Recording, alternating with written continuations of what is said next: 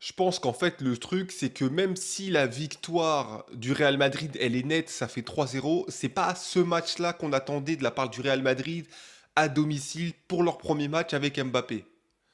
Bienvenue à tous, bienvenue pour cette nouvelle vidéo. On va pas tarder, on va aller dans le vif du sujet. Le Real Madrid a battu 3-0 le Real Valladolid. Alors un match intéressant, même s'il a été long à mise en place. Je trouve qu'on a eu des bons enseignements tactiques. Avant tout, on va commenter par le positif parce qu'il y en a. Quand tu gagnes 3-0, il peut pas y avoir que du moins bon. Dans ce qui est positif, déjà, homme du match, Valverde, sans la moindre hésitation, il a fait un match en défense magnifique, dans les récupérations, etc. Il s'est projeté vers l'avant. En plus de ça, il a marqué. Même sans marquer, ça aurait été l'homme du match. Mais en plus, il a marqué. Donc, parfait. Militao qui fait un super match aussi. Franchement, il n'y a rien à dire. Tout l'aspect défensif, je trouve que c'est très cohérent au Real. C'était déjà cohérent lors du match précédent. Là, encore une fois, ils sont plutôt solides. Tu sens que c'est une équipe qui va être difficile à bouger d'un point de vue défensif parce que ceux qui sont derrière, ils font bien leur boulot. Donc ça, je pense, c'est les aspects les plus importants et une mention bien sûr aux offensifs qui sont rentrés, Brahim Diaz, Hendrix qui a marqué son premier but, c'est important pour la confiance, etc.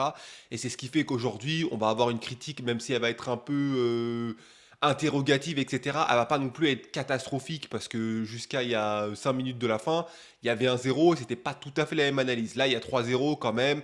Voilà, le plus important, ça reste de gagner. Ils n'avaient pas gagné au dernier match, là, ils ont gagné. Donc, c'est un point positif. Ils ne sont pas largués par rapport au Barça qui a remporté leur match hier, pardon. Donc, c'est un bon point. Ensuite, on va aller directement sur les points, entre guillemets, d'interrogation.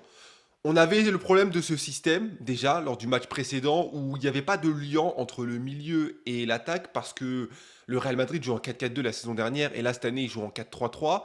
Et même si Bellingham faisait partie des trois milieux de terrain, Bellingham à lui seul, ça suffisait pas pour créer le lien. Mais malgré tout, Bellingham, c'était le seul joueur qui créait le vrai lien entre les deux.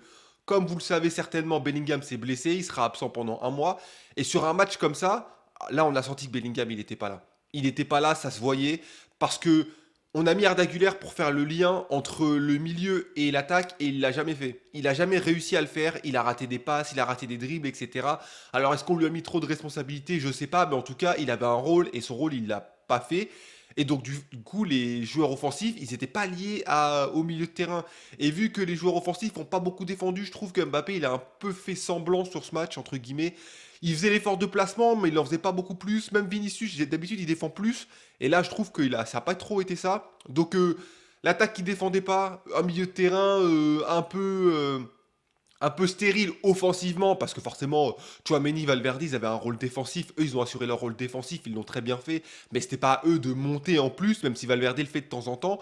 Et donc, au final, on se retrouve avec une équipe du Real qui était pas incroyable, parce que faut dire la vérité, le Real Valladolid, il y avait rien en face. Je dis ça avec tout le respect du monde pour eux, mais là, ils ont pas été dangereux. T'avais pas le sentiment qu'il y avait quelque chose à faire pour eux. Le match, il aurait duré 270 minutes, je suis pas sûr qu'ils aient fini par marquer un but.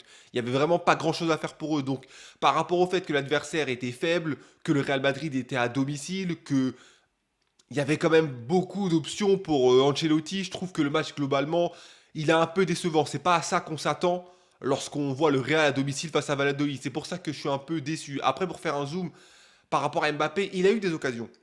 Moi, je trouve que ce match, par exemple, il est mieux que le match de la semaine dernière qu'il a fait. Il a eu des occasions, il aurait pu marquer, il l'a pas fait. Après, le souci que je trouve dans ce match, par rapport au match précédent, c'est que déjà, il y a un moment où on l'a pas vu. Il y a des moments où pendant 10, 15, 20 minutes, il va pas toucher le ballon. Et c'est en fait, c'est dû à sa position. Je suis pas fan de là où il est pour l'instant. J'espère que ça va changer parce que là, j'ai l'impression que en fait, il veut se mettre en numéro 9, essayer de faire des remises, mais c'est pas ses qualités. C'est pas ça qui fait le mieux. Je me souviens d'épisodes du pivot gang qu'il avait avec le PSG, il se plaignait, etc. Bien sûr, il le fera pas au Real, mais là, je ressens ça en fait. Il se met dans un rôle qui est pas le sien.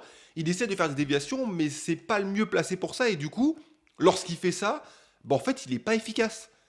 Les meilleures actions d'Mbappé sur ce match-là, c'est lorsqu'il a essayé de prendre la profondeur parce que c'est ses meilleures qualités. Mais face à des équipes comme Valladolid qui vont défendre très bas, défendre à 10-11, il va avoir du mal à exprimer ces qualités-là. Et s'il reste dans l'axe, et ben en fait, une fois que il y a ces qualités qui peuvent pas s'exprimer de de percuteur, etc., et qu'il est dans l'axe, bah en fait, il lui reste la finition, mais c'est tout, quoi. Dans l'implication du jeu, il va pas être optimal, c'est dommage. Il a essayé de permuter avec Vinicius, mais je trouve que c'est mal fait pour l'instant. En fait, Mbappé, il essaie de permuter, mais Vinicius, il est perdu quand il le fait. Vinicius, quand il reste à gauche, c'est là où il est le mieux. Quand il essaie de permuter, je trouve que ça marche pas. Ça marche mieux quand ils sont dans un 4-4-2 et qu'ils permutent 4-2 parce qu'ils ont plus d'espace sur le terrain pour permuter. Il peut permuter centre, gauche, partir à droite, il est plus libre. Alors que là, il peut permuter, mais il doit quand même respecter un minimum le schéma. Il y a Mbappé, il faut qu'il permute avec Mbappé. Il y a Rodrigo, si lui veut permuter, il faut permuter avec les trois. Enfin, c'est compliqué. Je trouve que le micmac tactique il dessert un peu tous les joueurs. En tout cas, Vinicius et Mbappé, ils étaient perdus. Rodrigo, il l'était un peu moins. Rodrigo, je pense que malgré lui, il va devoir rester à droite parce que s'il continue à vouloir permuter lui aussi dans l'axe, etc., ça va être trop compliqué. Ça va être trop compliqué. Je pense qu'il y a besoin de stabilité pour Vinicius, pour Mbappé, etc. D'autant plus que Bellingham n'est pas là et que ça se voit dans la défense, ça se voit dans le milieu de terrain, ça se voit dans les passes, même s'il y a des défenseurs qui ont essayé de faire des belles passes, Rudiger a envoyé des bons ballons, etc. Mais il n'y a pas ce lien. Arda Güler, il s'est raté. Est-ce qu'au prochain match, ils vont mettre Brahim Diaz? Est-ce qu'ils vont mettre Modric? Je pense que ce sera mieux de tester quelqu'un d'autre. Mais en tout cas, sur le match d'Mbappé, c'est mieux. C'est mieux que la semaine dernière. Il n'y a pas de quoi s'inquiéter. Je le redis encore une fois. Il n'a pas marqué.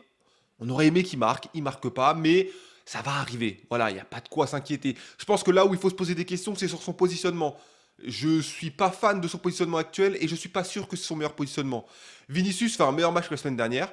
Vinicius, lui, il a été dans le truc, il a percuté. C'est pas encore le grand Vinicius, il lui manque un petit truc encore. Mais ça vient encore une fois, il n'y a pas besoin de s'inquiéter. Le Real, ils ont gagné tranquillement, etc.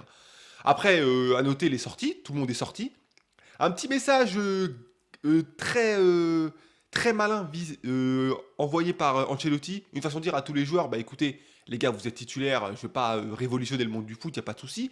Mais je peux vous sortir 5 minutes avant, 10 minutes avant. Et le fait qu'il ait sorti Mbappé et Vinicius et Rodrigo, c'est une façon de leur dire, les gars, aucun de vous n'est indispensable pendant 95 minutes. Surtout lorsque tu as autant de talent qu'au Real Madrid. Quand tu as Arda Güler, quand tu as Hendrix, quand tu as Modric, etc. Tout le monde est susceptible de sortir quand Bellingham va revenir.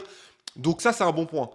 En tout cas, victoire du Real, victoire 3-0. Après le Barça qui avait gagné, le Barça qui a fait un super match, on en reparlera demain. Je pense que je ferai une vidéo plus détaillée sur le Barça demain, d'un point de vue tactique, parce qu'il y a plus de choses à dire d'un point de vue collectif. Je trouve que collectivement, le Barça est meilleur pour l'instant. On en reparle, vous me dites ce que vous en pensez dans les commentaires, et on se dit à la prochaine. Peace!